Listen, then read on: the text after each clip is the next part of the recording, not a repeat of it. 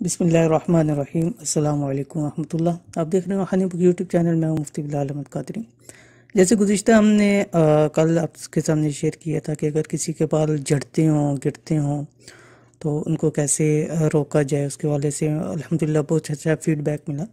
تو آج کی یہ ویڈیو ہے کہ جو شخص یا خواتین چاہتی ہیں کہ ان کے بال لمبے گھنے سیاہ اور چمکدار ہو تو ان کو کیا کرنا چاہیے۔ انتہائی آسان چھوٹا سا عمل ہے آپ کے سامنے، اور صرف 121 مرتبہ ایک آیت پڑھ کے آپ نے دم کرنا ہے تو انشاءاللہ العزیز چند دن کے اندر بال آپ کے لمبے گھنے اور سیاہ ہو جائیں گے انشاءاللہ۔ کون سا اس ویڈیو میں شیئر کر رہا ہوں، ویڈیو کو زیادہ سے زیادہ شیئر کیجئے تاکہ زیادہ سے زیادہ لوگوں کو فائدہ ہو۔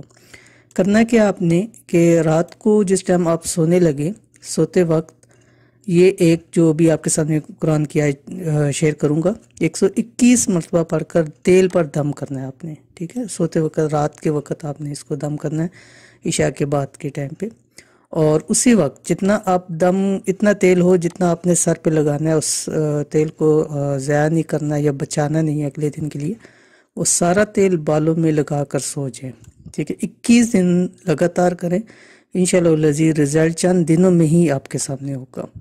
کون سی آیت ہے؟ سورۃ الاسراء آیت نمبر 83۔ بسم اللہ الرحمن الرحیم۔